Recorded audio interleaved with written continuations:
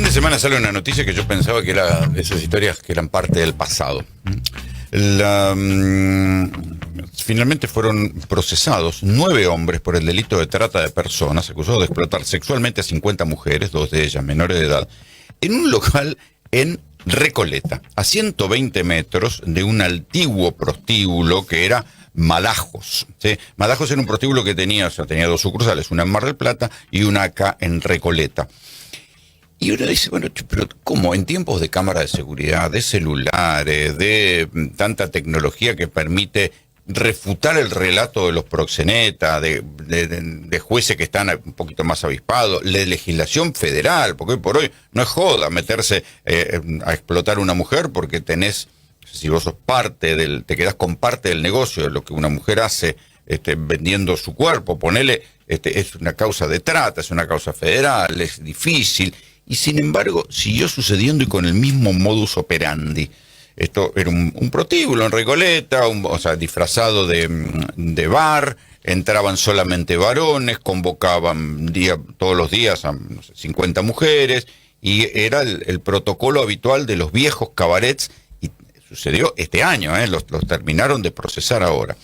Aproveché entonces con este tema y lo invité a mi amigo Gustavo Vera, presidente de la Alameda, que fue director del Comité Ejecutivo de la Lucha contra la Trata y Explotación de Personas. La Alameda está cumpliendo 20 años que no conocemos, 24. Mirá. ¿20? 24. ¿24? Te hagas el joven, sí. Bueno, lo conocemos de antes. Qué cosa. Bien, ¿cómo es posible que siga habiendo este tipo de cosa tan evidente de prostíbulos con trata cuando ya tanto se avanzó y tanto se desmantelaron? Y bueno, claramente porque ahí vuelve nuevamente. Acércate al micrófono. Claramente porque hay complicidad estatal. Hay una ley muy clara en la ciudad de Buenos Aires, de la cual fui autor, mediante la cual se cierran todos los cabarets y whiskería clase C que disimulaban lo que antiguamente eran. ¿Hay una ley? No sabía. Sí, por supuesto, hay una ley. Se ha votada en el 2016. Más, inclusive hasta la votó el PRO completo. Polledo fue una de las coautoras, digamos, del proyecto, que lo elaboré yo. Y que fue una larga lucha de las organizaciones antitrata para que terminaran con la joda de estas whiskerías o pseudo cabaret que en realidad escondían lugares de explotación. Luego, naturalmente, el delito se ha clandestinizado, primero los departamentos privados, para lo cual tiene que haber un acuerdo también. Ahí los que hacen de portero, la comisaría de la zona también depende, digamos. Pero ahí en los departamentos privados es más difícil porque las mujeres dicen, no, lo alquilamos nosotros, y es difícil que aparezca el proxeneta en el horizonte. Sí, pero te llueven un montón de denuncias de ruidos molestos, de incidentes, de disturbios, etcétera, y bueno, frente a los cuales, si no tenés un acuerdo con la comisaría de la zona, eso no se cierra. Recordaron del juez de una Corte Suprema, de la Corte Suprema. Sí, Zaffaroni. Zaffaroni, que tenía 6 prostíbulos. ¿Cómo nos horrorizamos con eso y nunca pasó nada? Sí, pasó que Montivero tuvo que pagar la multa por ley de profilaxis. Bueno, ya en esos tiempos era un montón, digamos, para el miedo que tenía el fiscal. Ahí también era explotación individual o había no, era una red de prostíbulos. Tenía 6 departamentos y los 6 eran prostíbulos. La sacó recontra barata porque aparte dentro de la gente explotada había migrantes indocumentadas. Lo que pasa es que en ese momento era una vaca sagrada y se nos vino todo el aparato mediático encima de un lado. Así como cuando denunciamos a Martín y sus vínculos con Macri, se nos vino el aparato mediático del otro. Digamos, bueno, eso es lo que te pasa cuando caminás sin código Martá, ¿no? Sí. En el caso de los prostíbulos estos, hay que decir que habitualmente desapareció. Antes estaba lleno la ciudad de Buenos Aires. Sí, y hoy la modalidad, digamos, más frecuente y la que se está imponiendo, digamos, de manera contundente después de la pandemia es el vínculo entre la trata y la virtualidad. O sea, la captación a través virtual, el vínculo con el narcomenudeo. Hoy el 78% de las causas de trata tienen algo que ver con el narcotráfico, concretamente. Y otro fenómeno que también aparece son las organizaciones coercitivas, es decir, organizaciones pseudo-comunitarias, pseudo-religiosas o pseudo-filosóficas que esconden fines de explotación. Caso Templo de Filadelfia, caso Escuela de Yoga, caso Secta Orden de la Luz en el Senado bonaerense. Exactamente, bueno, exactamente, bien. De ese no llegamos a hablar mucho. Exactamente, caso la Fundación No Me Olvides en el Chaco, donde cayó preso el ministro de Transporte del gobierno en su momento. O sea, organizaciones que aparecen camufladas con un fin pseudo religioso, comunitario, filosófico, que esconde explotación. Y lo inquietante es que son transversales, porque aparecen en todos los partidos políticos. Por supuesto. O vinculadas a todos los partidos políticos. Siempre la mafia fue transversal. Siempre la mafia, obviamente, va cooptando, y creo que acá un huevo de la serpiente que facilita que la mafia pueda penetrar fácilmente en el Estado tiene que ver con la ley de financiamiento de los partidos, de las campañas electorales, que todavía en la Argentina insólitamente sigue habilitando que figuras jurídicas privadas, corporativas, puedan financiar campañas. Esto es algo que Brasil ya lo prohibió, Chile ya lo prohibió, México ya lo prohibió, el financiamiento es puramente estatal porque si no se presta todo juego de lobby. ¿Cuánto tiene que ver la masacre del fentanilo con el financiamiento de laboratorios para que miren al costado con la ANMAT y no hagan los controles correspondientes? ¿Cuánto tiene que ver, digamos, con el narcotráfico, que el crimen organizado banque y que llegue un tipo como Esper, digamos, no solamente como Esper, otros más, digamos? ¿Y cuánto tiene que ver el crimen organizado con los blanqueos? Sí. Con los blanqueos, no, estamos mirando que está empezando a hablar Adorni ahí, con los blanqueos recurrentes del gobierno, pues si, ya no saben qué hacer para que puedan blanquear plata. No, pero acá es una cuestión que la dicen hasta los propios medios ultraconservadores. Yo otro día escuchaba al periodista Coradamun y yo estoy de acuerdo porque fue así. Los dos partidos principales que disputaron el gobierno en la campaña anterior gastaron entre 120 y 110 millones de dólares. El tercer partido, que era Juntos por el Cambio, gastó alrededor de 90. ¿Sí? ¿De dónde sale esa guita? Claro, el único que va a una causa juicio oral es Beliboni por haber desviado creo que 30.000 o 40.000 pesos de una cooperativa al Partido Obrero. Entonces digo, es una joda. Es una joda claramente. Ahora, ¿qué pasa? Brasil después de Lavallato dijo basta, no hay más financiamiento privado. Ahora es puramente estatal. México hizo lo mismo cuando asumió López Obrador y fíjense ahora como México está cambiando inclusive hasta el propio aparato judicial. Chile lo hizo en el 2015. Bueno, y además un montón de países lo tienen. Y no es un tema ideológico. No, porque Chile acaba de ganar Cast. Claro, lo tiene Suecia, lo tiene Israel, ese sistema. O sea, no se les ocurre que haya un financiamiento privado porque obviamente que pone la plata, naturalmente condiciona las políticas públicas y al funcionario que asume. Después cobra, después quiere cobrar. Obviamente. Después quiere cobrar. Obviamente. ¿Cómo? Cuando fuiste funcionario, ¿qué viste, qué descubriste, qué no pudiste?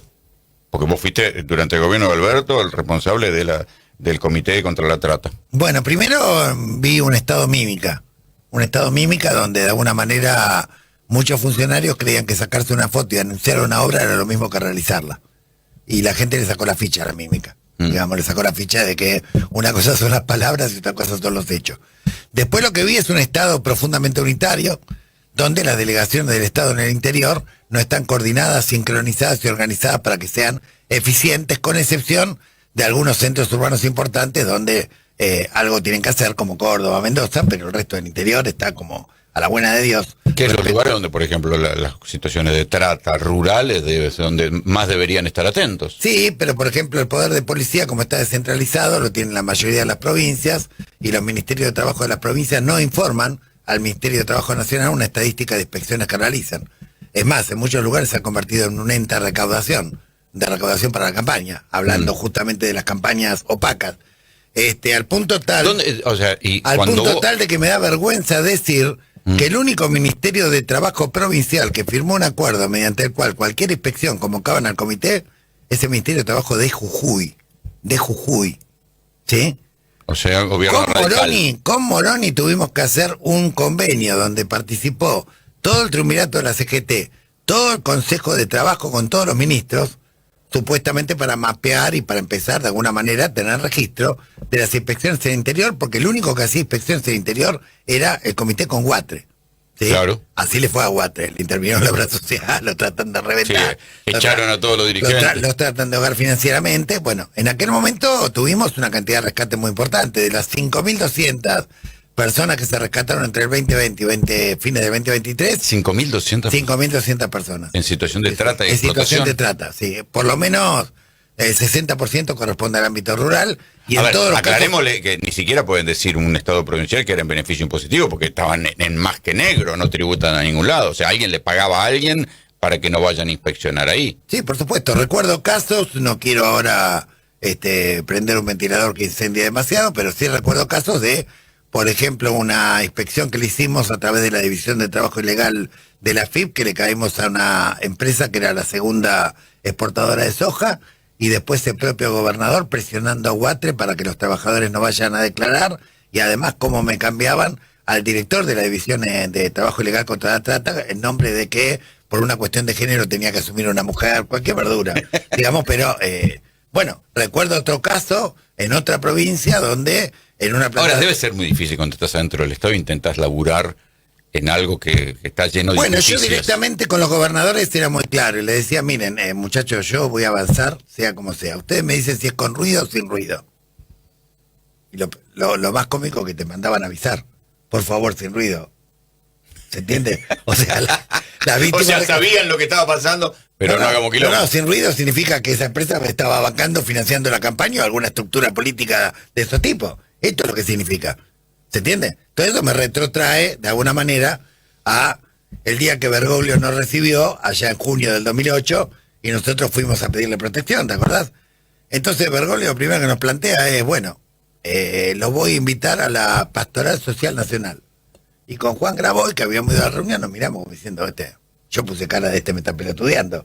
Se ve que Bergoglio se dio cuenta, entonces empezó a explicar, no, es importante que ustedes vengan a la Pastoral Social Nacional porque ahí va gente muy importante y si los ve a ustedes vinculados a la iglesia directamente no los van a tocar. ¿Qué te estaba diciendo? Que todos están al tanto de la mafiosidad que hay por abajo, claro. Eso te está diciendo, 2008. 2008.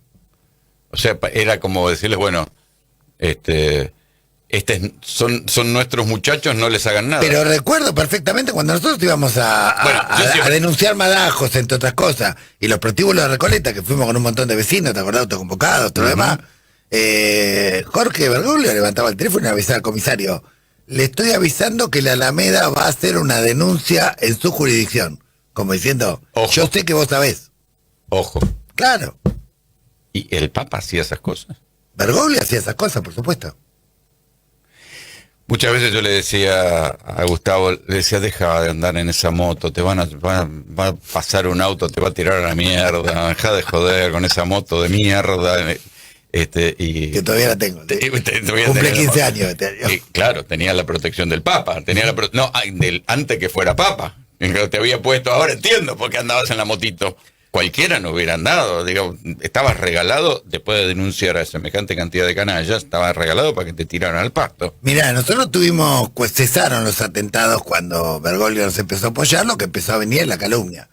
En los casos tipo Natalia Jay o la campaña que hicieron ahora con Loan de que me querían detener por asociación ilícita. Cierto, eso me había olvidado. Empezaron, sí, con campañas de este tipo de legitimación o cancelación en los medios, pero sí. Sí, que esas campañas se hacen para después darle manija y que cualquiera que te busque... Sí, pero después se cae por su propio peso y la gente en el interior cuando recorre las provincias se dan todo cuenta que es una truchada, que porque estamos diciendo la verdad y por eso se empieza a decir huevada. Ahora, con respecto a... lo que pasa es que vos estás en la frontera con los lugares mafiosos, en la frontera clara con los lugares mafiosos, que es la trata. Porque... Sí, la trata como parte componente del crimen organizado y esto incluye también el narcotráfico, el lavado de activos, la venta de niños, incluye un montón de factores, obviamente.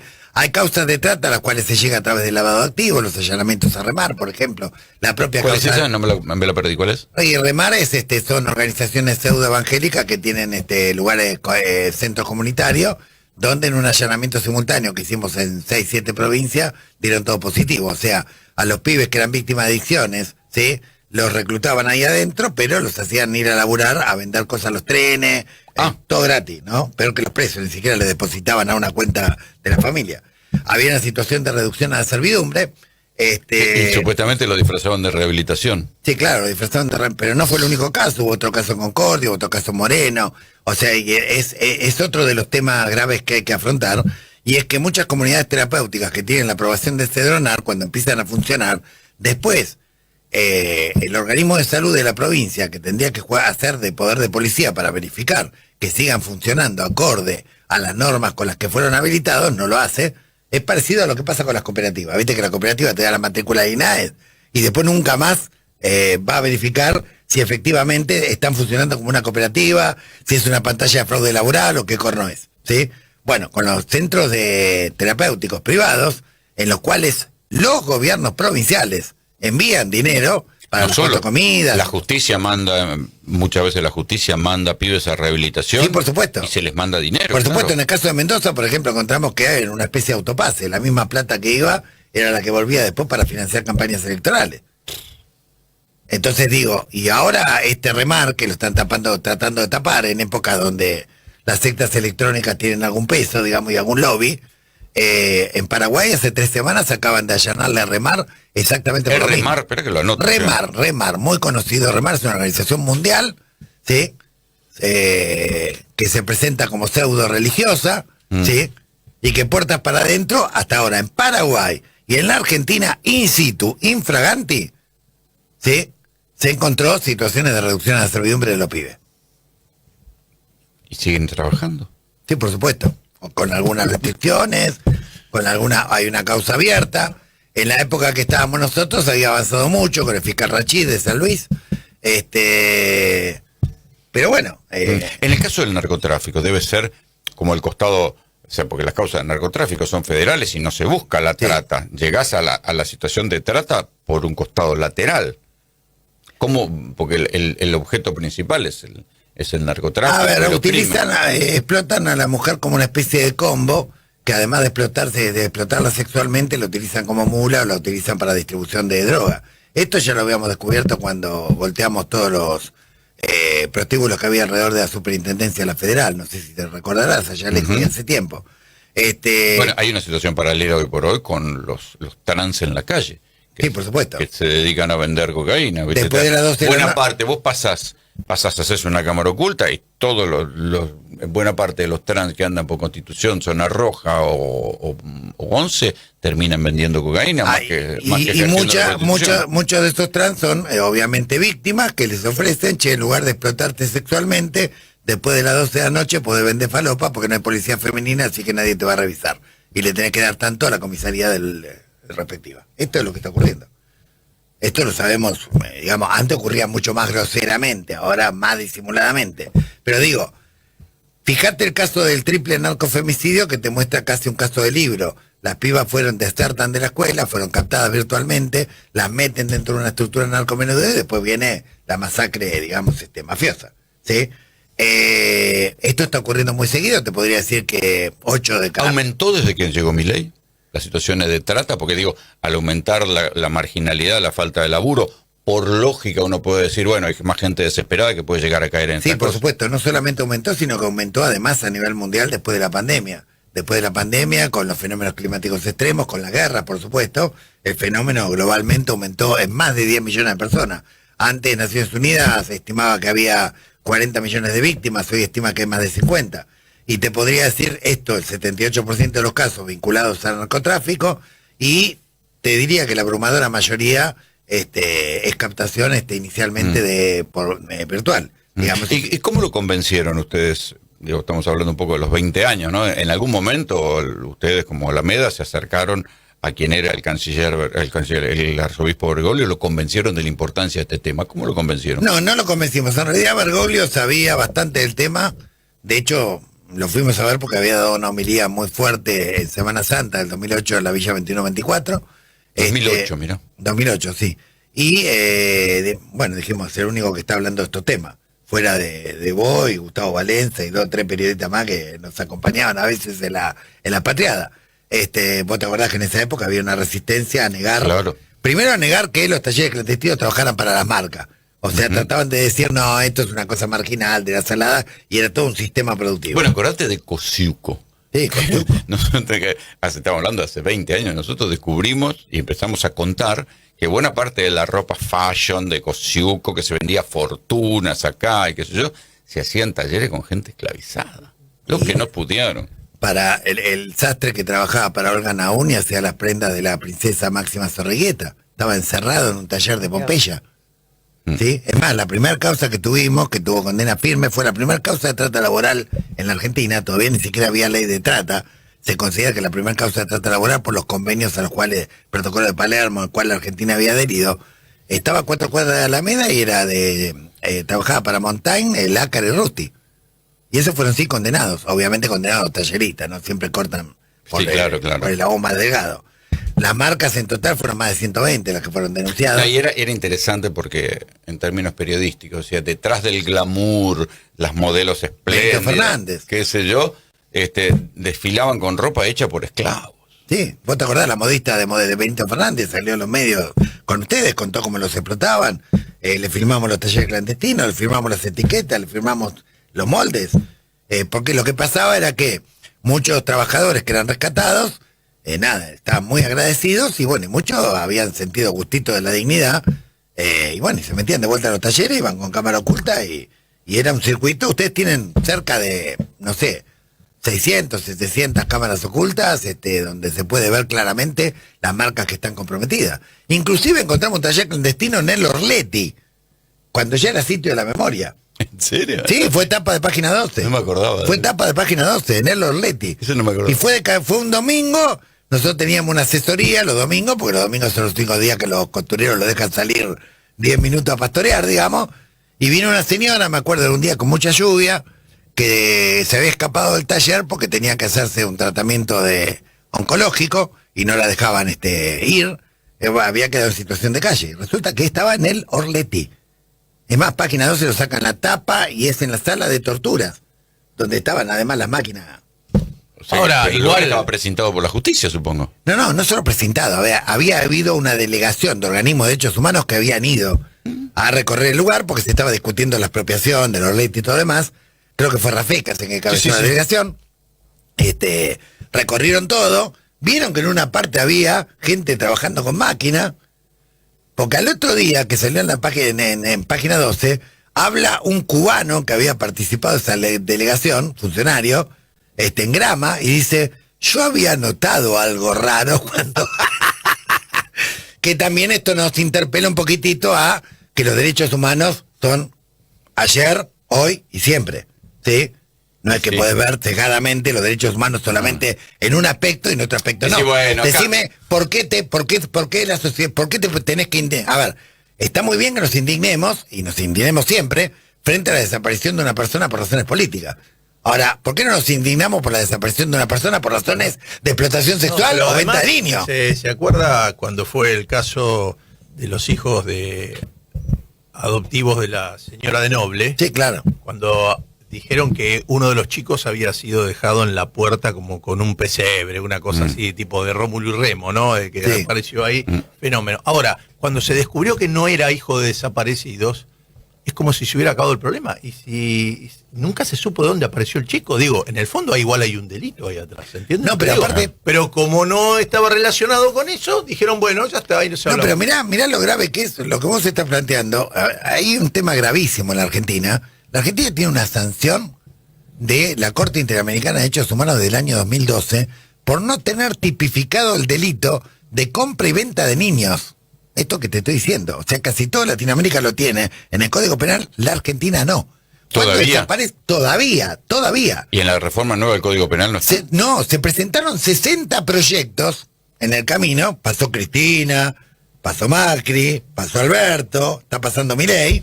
60 proyectos. Lo más cerca que estuvo de ser sancionado fue en medio de la conmoción por el caso Loan. Y ahí quedó durmiendo en la media sanción del Senado y nunca más avanzó. Ahora, cuando en un país vos tenés problemas... ¿Es un mito urbano o se venden pibes en la Argentina? Pero se recontravenden y en todo un sistema armado. Por eso no sale la ley.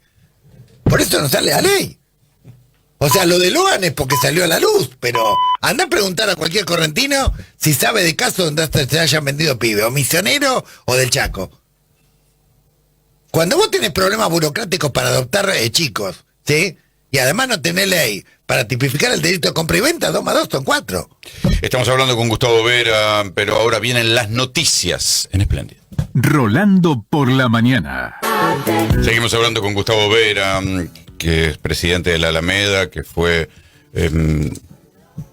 director del Comité Ejecutivo de la Lucha contra la Trata y Explotación de Personas. ¿Qué hizo el gobierno con la dirección, con ese comité? Bueno, primero ¿Existe o lo disolvió? Primero que habíamos hecho nosotros, de estas 5.200 personas que se rescataron, 4.900 tuvieron algún tipo de ayuda económica, asistencia psicológica, patrocinio jurídico. En algunos casos habíamos empezado a entregar incluso hasta viviendas, en Formosa, en Salta, en Catamarca, en Santiago del Estero. Leyes en las cuales en varias provincias se votó que las empresas privadas que contrataran víctimas de trata resguardando su confidencialidad durante un año se les reconocían las cargas sociales. Esto votó Catamarca, votó Salta, votó Chaco, votó Tierra del Fuego. Había 9 leyes más que estaban ya en estado parlamentario. Más de 120 ordenanzas de reinserción de cupo laboral en municipios, a través de los municipios, a través de los prestadores, de los proveedores de los municipios. Por lo tanto, había toda una política integral que incluso fue reconocida los 4 años consecutivos por Naciones Unidas, por la OIT, por la OIM, por el Departamento de Estado que hace esa evaluación anual, a pesar de que éramos un gobierno no del todo simpático, digamos, como no puede ser hoy el de Milei. Con lo cual, bueno, todo esto fue desmantelado, absolutamente desmantelado, por la señora Patricia Burley y por Milei. Desmantelado también el personal, que era muy poquito, éramos 27, pero 27 que estaban en todas las provincias con una capilaridad muy fuerte. Había 36 mesas interinstitucionales también. Había mesas en la frontera, conformadas con funcionarios de los diferentes países que conformaban la triple frontera. O sea, por no pagar 27 sueldos, no, es porque una cuestión ideológica. No, ideológica no. Ojalá fuera una cuestión ideológica, no, es mafioso, ¿qué ideológico? O sea, a ver, si es por ideológico, George Pell, el arquitecto de la reforma económica del Vaticano, era de ultraderecha, y el tipo cerró 4.500 cuentas de la mafia. O sea, no necesariamente porque vos tengas una ideología vas a ser mafioso. Acá estamos hablando de mafia, no estamos hablando de ideología. Sí, pero se escudan en la defensa pro empresa, no obstaculizar para nada la contratación en blanco en negro de los empresarios. No, Patricia Bullrich no se puede escudar en nada. O sea, claramente lo que hay es una situación de desborde del narcotráfico y del crimen organizado en la frontera, sobre todo en la frontera seca que tiene que ver con la Lomita, Nanagua, Asunción, en la frontera norte, donde puso ese alambrado ridículo, todo el mundo se burla del alambrado. O sea, es una joda la frontera. Y si vos no pones un circuito interinstitucional de controles cruzados, es muy difícil siquiera empezar a dar la batalla. Esto es lo que habíamos logrado. Habíamos logrado que hubiera cooperación entre diferentes países y que además tuviéramos el teléfono rojo de todos los directores antitrata de la región, de Sudamérica, y de todos los fiscales antitrata de la región. Algo que fue útil, por ejemplo, para estos días. El otro día desapareció una piba en San Vicente que cumplió 18 años y le dijo a la madre, ahora vuelvo, y apareció en Chile.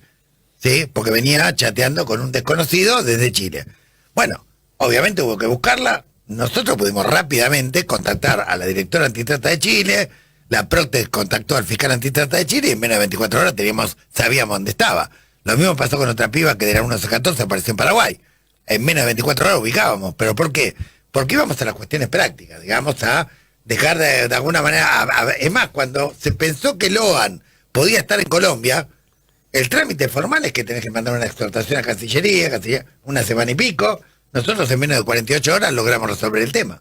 Simplemente porque teníamos una plataforma regional que funcionaba, digamos, para los efectos prácticos de que funcione. O sea, operativa. Hablando de Loan, ¿qué pensás que pasó en el caso de Loan y por qué nunca se va a saber nada? Bueno, lo que hay es un trasfondo ahí de una guerra de bandas por el control del narcotráfico. Ese es el contexto previo, digamos, ¿no? Es una guerra... De las pistas. Sí. De las pistas, de la parte acuática, de la parte terrestre, de bandas de alguna manera que financian a distintas fracciones del poder político que pertenece al mismo tronco partidario, pero que se venían disputando fuertemente entre ellos. Sí, los Valdés y los Colombi, digamos, son los que se pelean por el control de los radicales. Bueno, y eso lo podrías traducir el 9 de julio, en la previa a la destitución del comisario que había anteriormente Mesa, a la asunción de Maciel, a la rebelión de los policías contra Maciel. La venta de pibes no era algo inusual el 9 de julio. Bueno, la monja Peloni lo venía denunciando desde que se fue de Catamarca, ¿no? Te lo dice hace 20 años. Vas al 9 de julio, habla con los vecinos, vas a Goya, te lo reconocen. Ahí lo que hubo fue en el marco de una disputa en la cual 9 de julio juega un rol clave, porque ahí está preso un tipo que se llama Juan Maidana, que tiene prisión domiciliaria, pero sin embargo todas las tardes lo van a visitar los policías, los repartidores de los pueblos vecinos, etcétera, etcétera. El hijo aparte maneja una flota de remises que se entera absolutamente de todo lo que ocurre en el pueblo. Bueno, se ve que se enteraron un poquitito antes de lo que iba a ocurrir y empezaron a operarse entre ellos. Ahora esta operación entre ellos se les fue de la mano. Y claramente cuando quisieron pararla con la maniobra de Codazzi y Pellegrini, donde interviene... Una intervención directa del gobernador. Sí, y muy interesante que el fiscal Schaffer, en la lista de 600 o 900, entre virtuales y presenciales, presentados para declarar en el juicio oral, No aparece ni Codazzi, ni Pellegrini, no aparece ni el chofer Ibarra, no aparece Mesa, comisario Sí, anterior. pero citaron un montón de periodistas. Olvídate. Ahora, ¿cómo le va a ver? Hola. Yo estuve allá como un mes y haciendo una investigación paralela a la que seguían los medios de comunicación. Servín trabaja con ustedes, ¿no? Sí, José María. Él, sobre el tema de trata, tenía sus serias dudas, pero cuando nosotros fuimos con el tema del narco, ¿no? De la movida, que te la desechaban toda. ¿Cómo? 9 de julio, acá algún porrito, alguna cosita. Después cuando investigás, inclusive a gente relacionada con la propia familia, porque todo está relacionado ahí. Íbamos a un campo que investigábamos, si encontraban el cuerpo, el dueño del campo era el que manejaba la ambulancia del hospital, y a su vez el marido de la directora del hospital. Esto, ¿por qué arista le ve más a usted? Porque Servín me decía, mire, yo no le veo el tema trata, pero no lo puedo desechar. Y el otro tema, narco, y ahí... A ver, un poco lo escribo en lo que veníamos charlando en el bloque anterior. Cuando es tierra de nadie el tema de la compra y venta de pibes, porque no está ni siquiera tipificado legalmente, ¿sí? ¿Para qué se vende un pibe? Puede ser para cualquier cosa. Claro. O sea, la Corte Interamericana establece que la sola cosificación de un niño en sí mismo es trata. ¿Sí? Porque vos no podés saber prospectivamente qué es lo que va a ocurrir con ese pibe, si lo van a usar para redes de pedofilia, pederastía, lo que fuere. ¿Sí? Por eso la Corte Interamericana tiene un fallo en el cual plantea la sola cosificación o mercantilización de un pibe es trata. ¿Sí? Por lo tanto, está muy bien el fallo que tuvo la Cámara de Casación, resguardando la hipótesis de trata de alguna manera. Ahora bien, vos fíjate qué interesante, hay una causa separada en la que Gustavo Vera, quien te habla, tiene un pedido de detención. Sí, lo sé. ¿Sí? A pesar de que el fiscal dijo que no había ninguna prueba y había que archivar la causa, que era una paparruchada, la Protex dijo que había que archivar la causa. Nosotros hicimos 2 presentaciones a la jueza diciendo, estamos de posición, che, dale, ¿qué onda? O sea, la tienen al solo efecto de que no hable de este tema, así que espero que cuando salga de acá, no No vuelva te estén a esperando. activar. Perdón, yo te quiero recordar que vos me dijiste que la jueza era una buena jueza. Es En el comienzo del caso Loan. Es más, había tenido... Me contaste el Sí. caso, vos me contaste el Sí, caso, sí. ella que había demostrado una actitud proba en un caso Se llevó por un justamente fiscal antitrata. federal que tenía Sí. justamente Ahora, vinculaciones ahora, con el narcotráfico. perdón, ¿Qué pensás que pasó con la jueza? No, lo que pienso que pasó es que como esto subió de volumen político muy fuertemente, Se la llevó. bueno, se fue al mazo, claramente. Ahora a esa jueza la llevé a Roma yo, se la presenté al Papa, como una jueza recontraproba. Hay un montón de fotos de Póster Penso con la Alameda. Ahora, Estaba muy asustada ella. Yo me acuerdo cuando aparecían Absolutamente. ante los periodistas, pocas veces vi a un magistrado, ella y el fiscal, en los campos escapando con las 4x4, no quería nada. Por experiencia, en el caso de Loan, una criatura, porque generalmente todo este tema de trata de venta de niños, generalmente la venta de niños tiene que ver con bebés, ¿no? Más bien. No, ahora no. Vos pensás Bueno, pero un chico de esa edad ya no recuerda su historia, ¿no? pero no. un chico de esta edad para los fines de No es para pedofilia No, o no, por eso, pederastía. para adopción no, generalmente son bebés, digamos. Sí, claro. Sí, Cuando están vendiendo un chico de esta edad, porque lo van a utilizar para pederastía, para pedofilia o explotación sexual. O para videos. Y si no, fíjate el caso de Jeffrey en la cantidad de menores que había. En la iglesia, alguien en la iglesia que duró muy poco, muy joven, en la ciudad de Corrientes, también habló de que era Corrientes y parte del litoral y algunas provincias un escenario donde muchos niños, y esto yo no sé si es cierto, si forma parte de los mitos o no, él hablaba de sacrificios humanos inclusive. Sí, también rituales. Rituales. Es más, tráfico de- yo es más, fui a es cubrir a Santiago del Mercedes el Estero. caso Ramoncito. Ah, Ramoncito. El Cuando pibe le, de 12 años que cuando lo le pregunté a la decapitaron. abuela, Sí. yo estaba con un productor y una tarde logramos, por fuera de lo que era el resto de los medios, una nota. A nosotros nos impactó la mirada de esa mujer.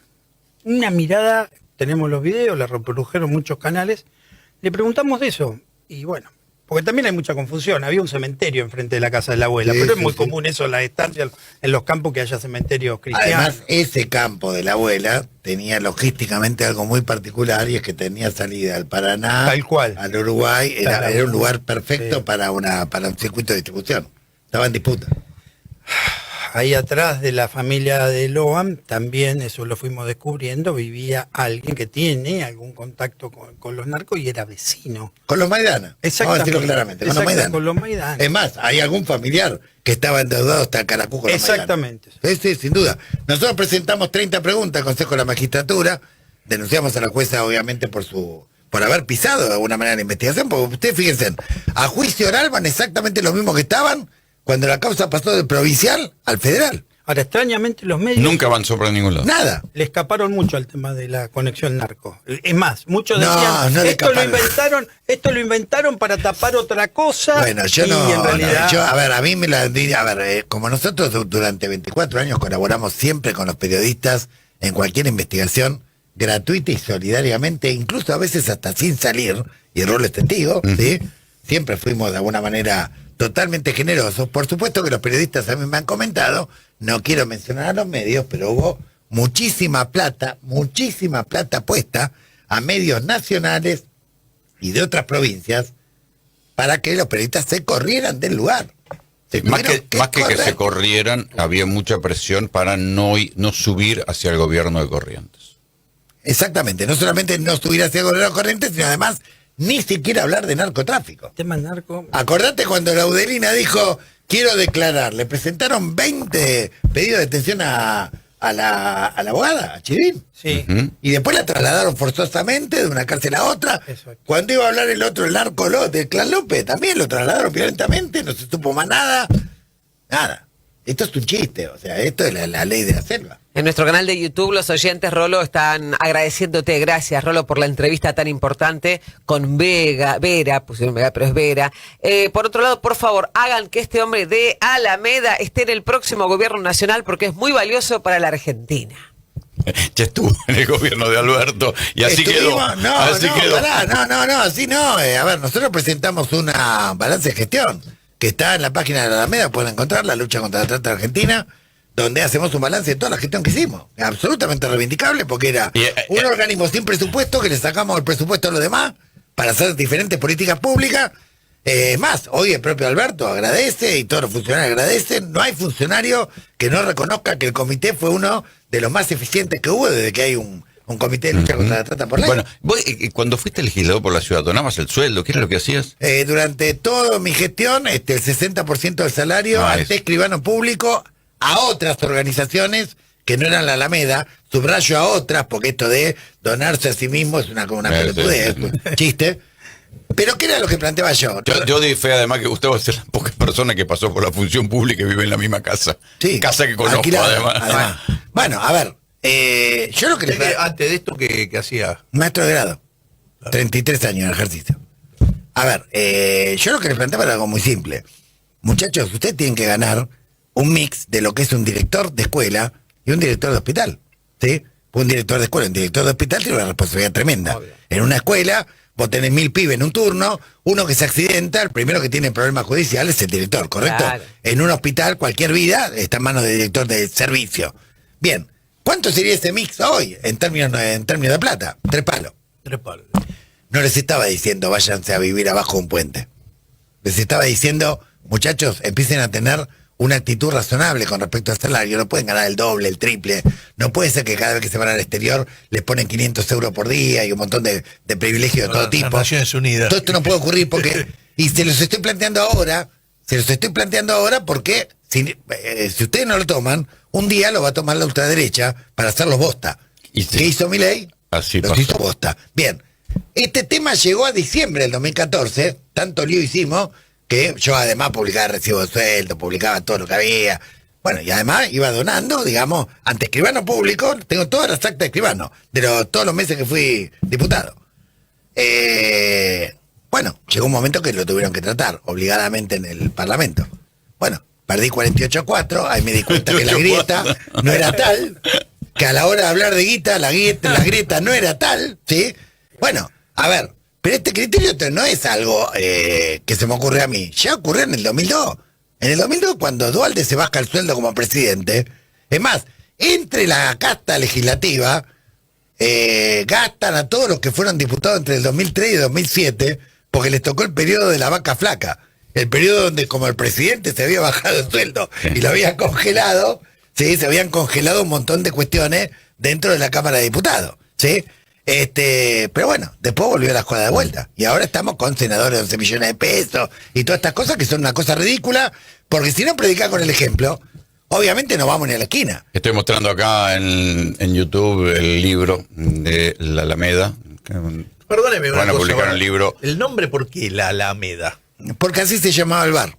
Ah, no tiene nada que ver con el fondo de lo que Algunos, se quiere hacer. no, está bien.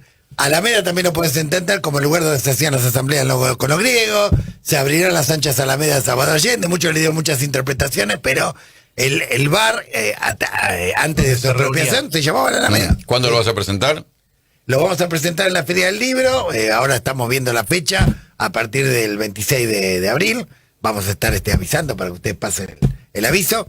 Y bueno, lo importante es que la historia de la Alameda en 24 años lo que demuestra es que una organización, sin caer en el punterismo, sin caer en el clientelismo, generando comunidad organizada a través del afecto y a través del compromiso y la convicción, lo cual es un camino mucho más largo, pero es un camino mucho más sólido, que arriesgó su vida por el prójimo, porque claramente vos sabés perfectamente que nosotros en un montón de circunstancias corrimos un montón de riesgos simplemente para liberar vidas, que cuando estuvo en la función pública predicó con el ejemplo y además fue eficiente, porque no es que solamente dio más sueldo, era el tercer bloque que más proyectos de ley había presentado. El problema es que ahora no te quieren, ninguno te quiere incorporar a su partido político, pero bueno, quedará para otra historia.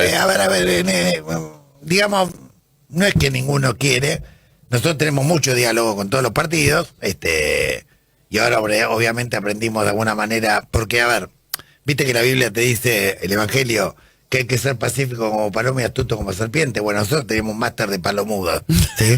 Así que con los años fuimos aprendiendo. Igual cada vez van a tener más trabajo, porque con la nueva ley laboral puede haber trabajo por todos lados, así que van a tener cada vez más trabajo. La nueva trabajo. ley laboral va a ser derogada como fue la de la Rúa y pronto. Gustavo, gracias por venir, porque tengo que ir a ver qué está diciendo el vocero Adorni. Gracias por venir. Gracias por invitarme.